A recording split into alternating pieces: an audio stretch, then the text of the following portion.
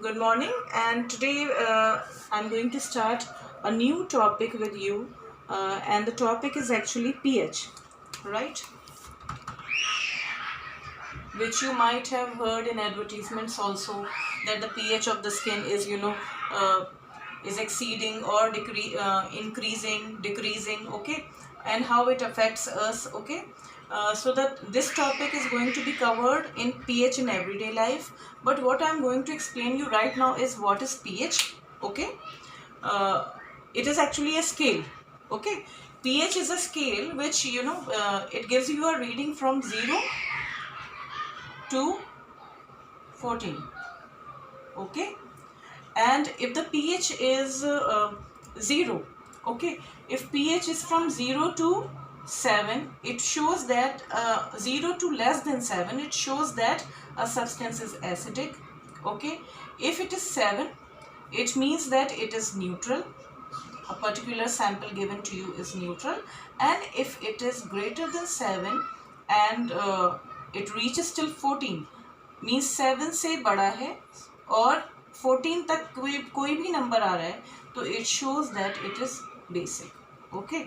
तो सबसे पहले हम समझते हैं कि हम लैब में कैसे देखते हैं कि पीएच क्या है, ठीक है। पीएच आप अभी इस तरह से तो मेजर करना नहीं सीखेंगे, although you can do numericals on pH, लेकिन हमें पता कैसे चले कि how strong a substance is और हाउ स्ट्रॉन्ग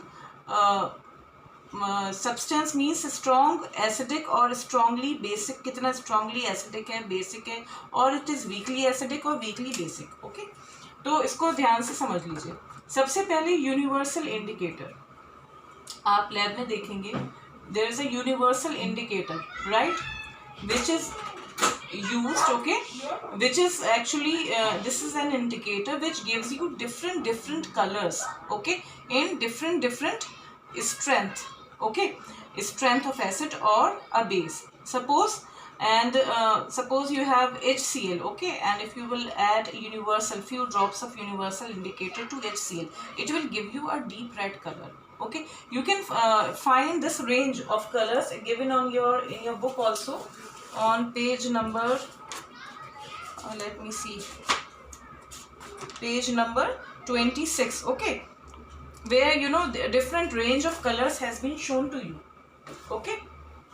तो यूनिवर्सल इंडिकेटर समझ में आया आपको? रेड से स्टार्ट होता है, okay, red, orange, okay, dull orange होता जाता है, फिर येलोइश की तरफ बढ़ता है, then green, okay, dark green, और ग्रीन का colour corresponds to what, that a substance is what, neutral, okay. Red colour क्या हमें बताते हैं, that a substance is acidic, okay. अब जितना भी अगर यहाँ तक रेंज आ रही है कलर की, तो अभी आपको समझ में आ जाएगा जब मैं आपको और डिटेल में समझाऊंगी कि एसिडिक क्या है, बेसिक क्या है, न्यूट्रल क्या है। न्यूट्रल आप जान रहे हैं ना, बीच में, नीदर एसिडिक नॉर बेसिक।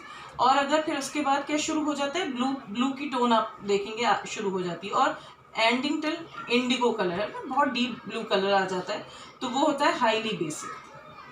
इतना आई थिंक समझ में आ गया होगा आपको कि अगर रेड यूनिवर्सल इंडिकेटर आप डाल लें, रेड कलर आ रहा है, ऑरेंज कलर आ रहा है, it shows that the substance given to you is acidic, okay. Green आ रहा है, it shows that a substance is neutral, और अगर ब्लू की रेंज आ रही है, it shows that it is actually basic. तो ये हमें बहुत ही कितना यूनिवर्सल इंडिकेटर का एडवांटेज आप देख रहे हैं ओवर फिनोफ्थलीन और मिथाइल ऑरेंज, के फिनोफ्थलीन और मिथाइल ऑरेंज से सिर्फ हमें कलर चेंज हमने देखा था, और वो सब में सेम था कि एसिडिक सब्सटेंस में फिनोफ्थलीन जो होगा, it will remain colourless and it will give a pink colour in basic solution, okay.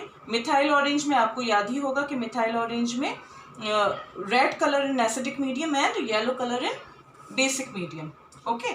लेकिन ये तो डिफरेंट रेंज दे रहा है आपको। आप अपने, मैंने जो पेज नंबर आपको बुक का बताया, आप उसमें आराम से देख सकते हैं, and I will show you in lab also this universal indicator. अच्छा, यूनिवर्सल इंडिकेटर के साथ अगर if there is one more term, pH paper use होता है, ओके।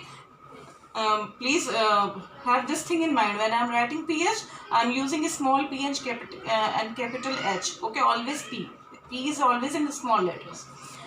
तो आप अगर पीएच पेपर भी क्या है, paper which is impregnated with universal indicator, okay, can be used for also testing the strengths of the solutions कि कैसा है, how strong an acid is or how strong a base is, okay.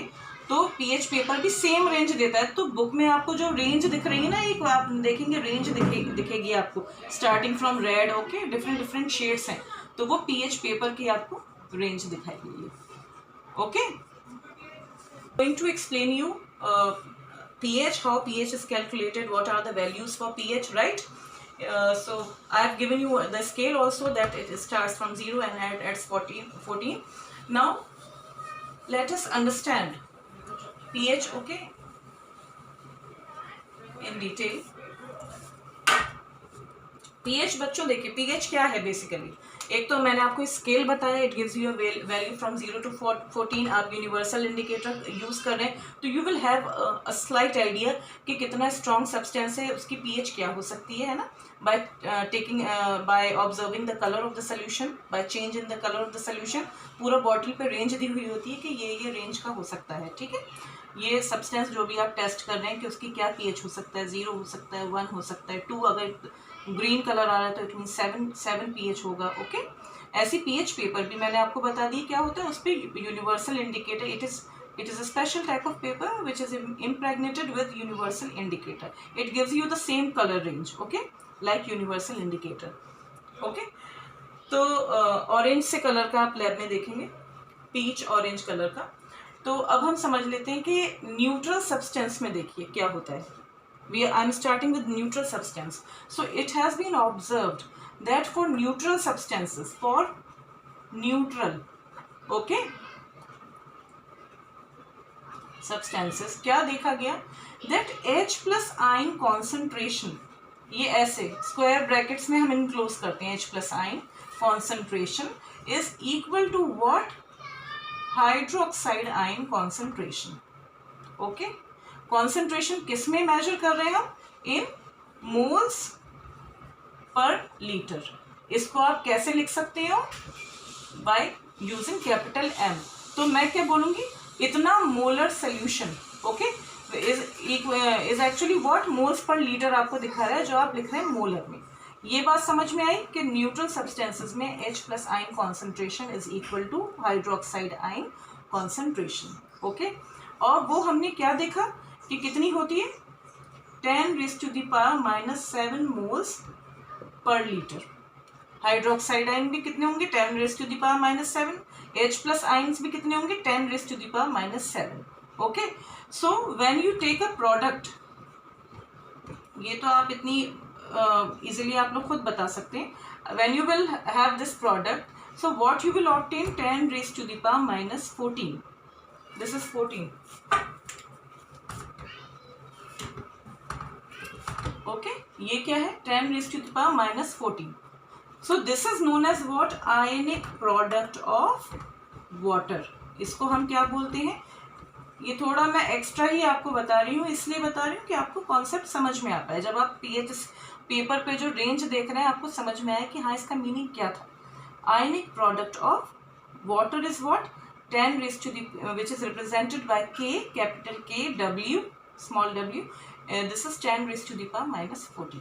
इतना समझ में आया, which is 10⁻⁻14 at 25 degree Celsius, okay. ये temperature का खास इसमें रोल है कि 25 डिग्री सेल्सियस पे आपको दोनों की कॉन्सेंट्रेशन H प्लस और OH माइनस आयंस की कॉन्सेंट्रेशन आपको इक्वल मिलेगी, और उसका product, ionic product of water क्या होगा, इतना, ओके. अब हम देखते हैं pH. pH actually pH scale was given by Sorensen. Let me write name. Sorensen. Okay. In 1909, he developed a pH scale. Okay, and he belonged to what? Denmark. So he was a Danish biochemist. ठीक है, क्या इनका origin था, Denmark से थे, तो Danish biochemist थी, और इन्होंने हमें बहुत अच्छा स्केल दिया, जिसकी वजह से हम और भी एसिडिटी, बेसिसिटी, ये सब बहुत इजीली हम समझ पाते हैं, ओके. तो इतना आप लोगों को शायद समझ में आ गया होगा कि हम अब क्या पढ़ने जा रहे हैं. Now let me right few points.